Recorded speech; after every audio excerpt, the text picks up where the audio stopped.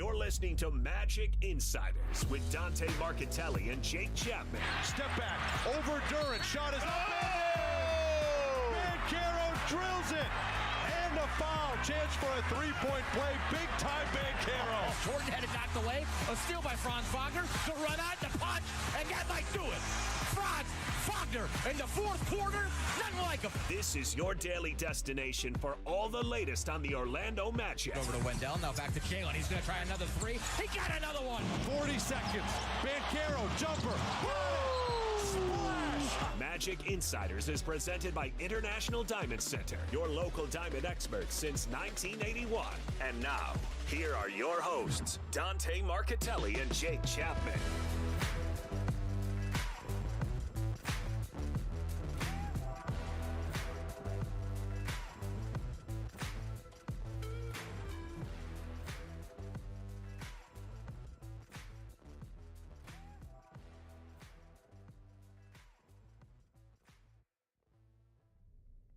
And welcome, everyone, to Magic Insiders, presented by International Diamond Center. I'm Dante Marchitelli. He's Jake Chapman. And we're trying something a little different here. We do a daily radio show called Magic Insiders. It airs every day locally on 96.9 The Game right here in Central Florida. So we thought, actually we didn't thought, someone came to us and said, would you mind being on TV for that? And we'll stream it once a week. So that's what we're going to try. So we want to hear from you. Send us your interaction. You got any questions, anything that you have on your mind, we would love to address it right here on this YouTube stream, and we'll try to do this once a week for you. But again, if you're in town, this airs every day, Monday through Friday, 3 o'clock, right here on 96.9 The Game. It's called Magic Insiders. We've been doing it for a number of years, and you can also stream all previous shows. But Jake, this is fun. This is a new format. I get to do this on FanDuel Sports Network, but I love bringing you on the television side of things. Yeah, you're comfortable in front of the camera. I'm not as much. I like to sit at home and look kind of scuzzy and do the radio show. Okay, all right, here we go. And we've got a little monitor over here, which you're very used to. I am just sort of fixated on that and checking my posture and things like that. But no, this will be fun, and we got the A-team certainly getting us set up on this side, so this should be enjoyable. It should be. So any questions you've got, any comments you want to make, we'll try to follow along and get your questions answered here on this as well. So we look forward to chatting with you. But Jake, it comes at a good time. I don't know when we set up this live stream. Yeah. I don't know how well it was setting up for a back-to-back, a tough loss against Utah, then you go to New York.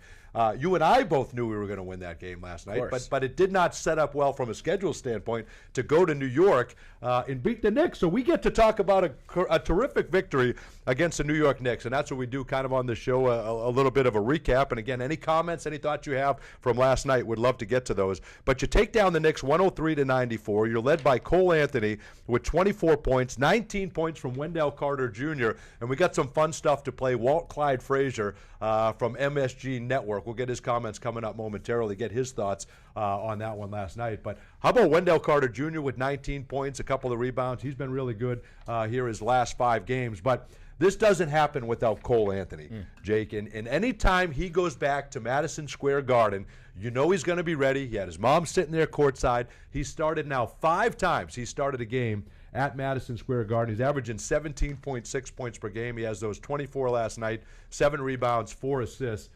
You knew if you had any shot whatsoever to beat the New York Knicks, who were 3rd best in the Eastern Conference, had beaten you already 3 times this year, and you were severely undermanned, you needed a huge game from Cole Anthony, and you got it. Yeah, he was phenomenal. He always seems to rise to the occasion. He's Cole. When the spotlight is bright, he always delivers, and especially at home at Madison Square Garden. Anytime his mom's in the house, can we get her to all 82 games? He seems like he always delivers when his mom is there. But we knocked down 11 of 31 from three-point range last night. He hit 3 of them. That was a big key. And, you mentioned the night before, Dante, this team, since Coach Mosley has taken over, anytime they've been hit in the mouth like they were on Sunday against the Utah Jazz, they always seem to answer back. So you and I were very confident yesterday, even though the Knicks have beaten us 3 times in the last month, even though it was the second half of a back-to-back. It was never in doubt. You realize that we don't have anybody playing right now who is averaging double-digit points. It's unbelievable. And I thought what Cole said after the game to Kendra Douglas was awesome. We are enough. we have enough, we are enough, that's been kind of the mantra with this group right now. The reinforcements are coming. Paolo Banchero will be back sooner than later, and then obviously after that we'll get Franz Wagner back. But right now this group, they never cease to amaze you. Their ability to dig down deep and pull out a win against a team that has absolutely had their number over the course of the last month. You're right. Let's get to some comments here. I love these comments. First from Seth. Where's Kendra at? See, I love that. Okay. Kind of the positive reinforcement that you get during these shows. Where's Kendra? And I like that. Kendra is actually in New York, and I think she started a group chat that she does as well, so she'll be back doing that soon. But Seth, good question, no question. My buddy Jay Curve, he does a Magic Minute. If you haven't seen it, JKIRV, and he recaps every Magic game, and he calls it the Magic Minute. Does a really good job, so great to hear from you as well. And then Glenn, any chance Dante and Galante will come back? Probably not. No, George is now cost too much, so we can't get him back here on this program. Before we move any further, we're going to switch gears to Wendell Carter Jr. in a second. But as things were getting sideways last night, late in the game, on MSG Network, right? You have the talented Mike Breen, and then you have obviously a legend, right? A Hall of Famer, living also legend, talented. Walt Clyde Frazier, and he just couldn't understand what was happening. And I don't blame him. These are not common NBA names that went into Madison Square Garden. Now you could argue maybe as the analyst he should have known kind of who some of them were, but let's argue that. Let's hear from Walt Clyde Frazier, get his thoughts as things were kind of getting away from New York last night. No household name on the court tonight for the Magic other than Anthony Caldwell-Pope, perhaps, that you've heard of. Carter, maybe. Caldwell-Pope with 2 rings. The rest of these guys, who are they? Now, how great is that? How great is that? These are not household names. You got Cole Anthony, Kentavious Caldwell-Pope, perhaps. Kind of mumbled Wendell Carter Jr. Now, listen, I'll never make it. Walt Clyde Frazier is a legend. But the proof is these are not household names. These are not that. Nobody expected that last night, including Walt Clyde Frazier. Yeah, and you can appreciate. I mean, we're missing our 4 leading scorers on the season, and so regardless of how much prep you put in, you got to dig a little deep into the media guide and into the game notes to have an idea of who is starting the game, for crying out loud, let alone who's coming off the bench last night. But doesn't that make it all the more satisfying? Yes, of course it does. I mean, no, they didn't have Karl Anthony Towns. I don't want to hear it. I don't care. I don't care that they didn't have Miles McBride off the bench either. The Knicks are still, they still got all-stars all over the place. They still have high-caliber players in their starting lineup. And, we're enough. We have enough. We are enough, and that's been the mantra in that group last night. I mean, everybody delivered.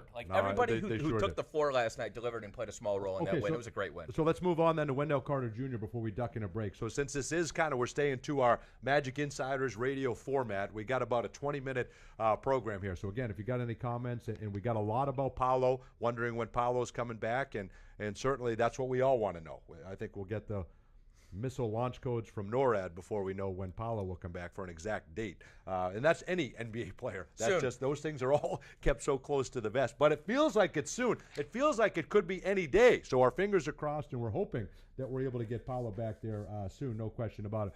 But before we duck in a break, Wendell Carter Jr., his last 5 games, all right, he gets you 19 last night, which was a season high. He gets you 9 rebounds as well.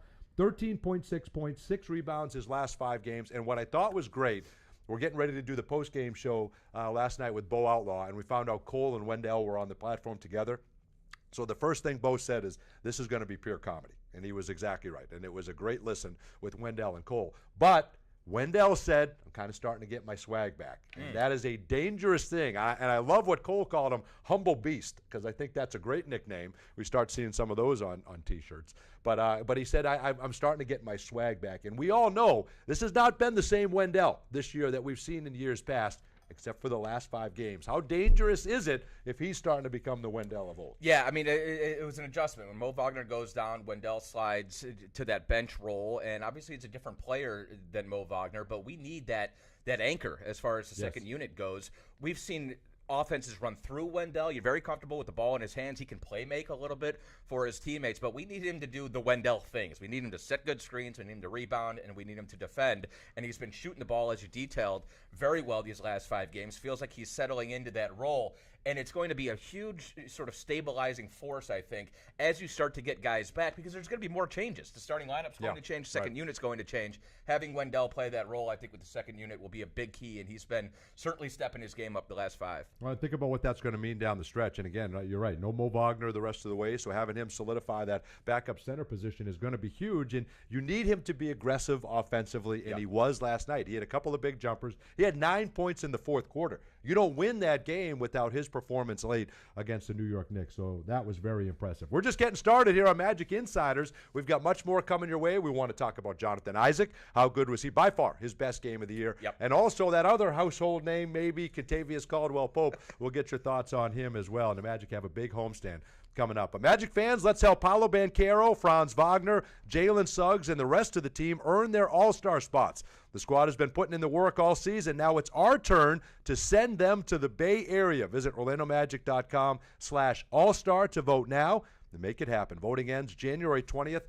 Don't miss out. I think we might have Anthony Black and Tristan Da Silva as part of All-Star Weekend out in the Bay Area as well. Yeah, exactly. So it should be a lot of Magic representation, and we can do our part. So go to OrlandoMagic.com/all-star. We'll be back with more Magic Insiders when we return in a moment.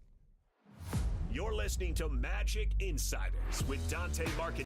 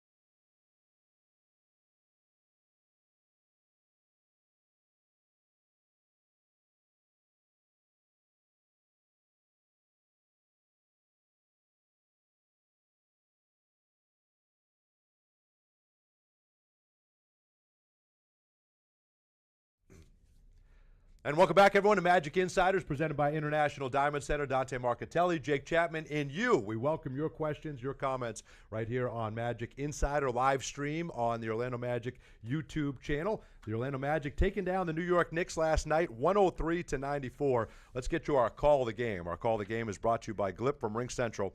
Rethink the way you work with secure meetings and messaging on any device with Glip by Ring Central. Visit glip.com to learn more. And, Jake, I don't know that we need to go any further than this. Our Call of the Game, a season-high 26 minutes for Jonathan Isaac. So we make that the Call of the Game. The decision from Jamal Mosley to play Jonathan Isaac a season-high 26 minutes. And how about his production? He gets you 13 points, 9 rebounds, a couple of blocks, and all that is great. The numbers are great. He almost had his first double-double. Jake, you got to go back to December 15th of 2019. The last time he had a double-double, 21 and 11 at New Orleans. He almost got it last night in New York. And all that is great. The numbers are great.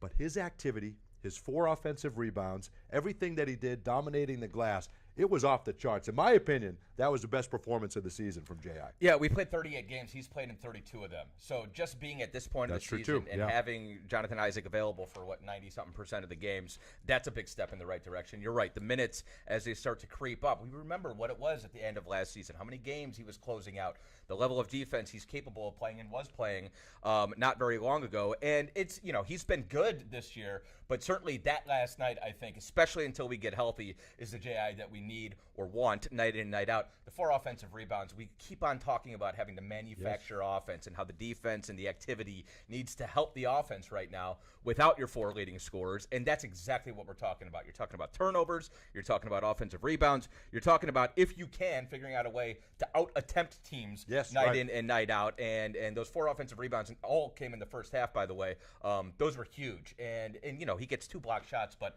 I don't know if that was enough to sort of adequately represent the impact that he had defensively last night. He was phenomenal. No, he was phenomenal. And I think we're starting to win Seth over. Seth went from where is Kendra, can we get her back, please, to where are we in the standings. So that's progress. Okay. And that's a good question. So we do All right, have Seth. that for you. Where are the Magic in the standings? So with that win last night against the New York Knicks. Made already look for at that. I mean, it's like they were ready for it. Beautiful. How about that? Is Seth an inside operative? Seth is code for producer Jason Dewberry. Just running all these questions here. He obviously also would rather work with Kendra Douglas. He was our producer for years on Magic Overtime with Dante and Galante. And he's having nightmares that it might be heading backsliding with Dante and Jake. Oh, this is good. But here's where the Magic are. So they enter after the win last night. They are 22-16, fourth in the East. This would have been incredible. Fully healthy. Yeah. If you had Paolo and Franz for the entire year to be 22-16, because at this point last year, Jake, the Magic were 21-17. We are one game better than the Magic were last year when they were fully healthy. That's crazy. And then they ended up going 22-20. They lost 5 of 6. They were 22-20. We sit right now at 22-16. The other thing that it just sort of jumps out at you when you look at that graphic is the Cavaliers are insane this year. They've won 10 straight and 31 of 35. But you're right. I mean, we would have taken this fully healthy. Yes. We've had Paolo for 5 games. He is close to returning. I can't even count how many games we've been, Wagnerless at this point. So it speaks to Coach Mosley. It speaks to Jeff Weltman and the depth on roster that you've been able to. When Paolo went down, we said you need to stay afloat. You just need to kind of hang around 500 in the standings. They've been better than that. You would have taken it. You were 3-2 at the time. You would have loved it if you could find any way to hover around 500. Yep. And here we are. Within 5 games of 500. And we're now, we're what I think I counted yesterday, 17 games, I believe, away from the All-Star break. Not that I'm counting. Not that I'm counting at all. You already bought your cruise, didn't you? Yeah, I had beautiful Philadelphia in February. But here we are. We're approaching the All-Star break at the very least, about 5 weeks away, and that will obviously be a big sort of chance to exhale and ideally get healthy and then get some time back in the practice gym. But when you think about the injuries, yes, you're taking away Paolo Banchero and Franz Wagner, your 2 leading scorers, top bench scorer in Mo Wagner. But at the same time, there's so much other movement that happens. You've got guys playing roles that were not cut out for them. Tristan Da Silva's been in the starting lineup. Goga Batadze, I think either of those guys were set for that role as they entered the season. So in the long run, and we said this when Paolo first went down, you're going to be better for it. You're going to have guys who were your 5th and 6th options playing as your 3rd and 4th and more comfortable with their roles. So it's just been a phenomenal job. And like we always say, defense travels. We're one of the best defensive teams in the league, whoever is on the floor. And that has been able to do better than keep you afloat. That's got you in 4th place in the Eastern Conference. That's going to keep you in games. There's no question about it. Without Paolo Banchero, you're 19-14. Which who would have thought that? I mean, that is absolutely mind-blowing. Without Franz Wagner, you're 6-7. You've been able to keep it afloat without those guys. It's absolutely remarkable. And I see this question here, Lorenzo. We're going to get to that. Do you have a favorite win of the season? So be thinking about that. We'll end the show with that. But one more guy we want to talk about, Kentavious Caldwell-Pope. And again, yes, this guy is a household name. He's a 2-time NBA champion. All 3 of his names are household names. All 3 of them. And who you knew as Pope. When you worked in Detroit, covering the Detroit Pistons, everyone called him Pope. Here in Orlando, we call him Kenny, and he's been a phenomenal addition. We love KCP. He gets you 15 points last night, 4 rebounds, 6 of 10 from the floor, 3 threes, 2 enormous threes late in that basketball game. How huge was Kentavious Caldwell-Pope last night? And you start thinking about what could this guy mean down the stretch. We haven't seen the KCP of the last 4 years from beyond the arc, but what if that's coming? The final 4 months, how dangerous does that become? I had another 3 steals last night. It does feel like he's starting to sort of find his rhythm within the offense, especially in the half court. Don't you feel like when the ball leaves his hands, you can tell if he's in rhythm, that catch and shoot. He's got such with the arc on it, pretty form and the arc on it. I think those 3 made threes last night. I'm not sure he touched rim on any of them, and it feels like we're starting to see that more consistently night to night. Look, I don't care that he's a 12-year veteran. He's won multiple championships. There's a big adjustment period when you're a guy who's been as successful for as long in this league as KCP has been. When you come to a new team and you got to learn to play with new guys, so it wasn't going to happen right away. What did happen right away was his impact defensively. his impact in the locker room. We've seen all that. I think he's been very helpful for guys like Anthony Black and Jalen Suggs, sort of knowing in the half court where screens are coming from, how to fight over, just kind of the little tricks of the trade defensively. And we haven't been talking that much lately about his defense. It's been as advertised. It's been in more.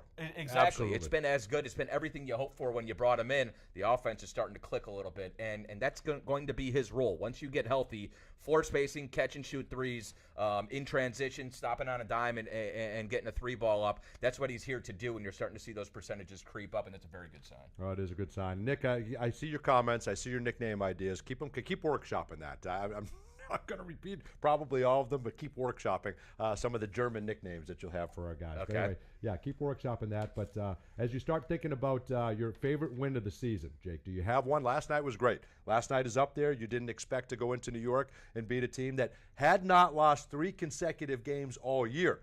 They didn't have Karl Anthony Towns. We didn't have most of our stuff, our top 4 scorers going into that basketball game. But, I think about Los Angeles, that win at the end. But for me, coming back from 25 down against Miami at home, that for me, anytime you beat the Miami Heat, doesn't matter how you do it, it was equally demoralizing to lose to Tyler Hero in that game winner. But for me, it was a 25-point comeback. Yeah, that one, Cole's performance that night, it was magical. Saturday night, if I recall. The place was absolutely electric. It's been electric throughout a majority of the season. Kravitz asked me this question last night in the postgame show, and I was like, I don't even know where to put this one.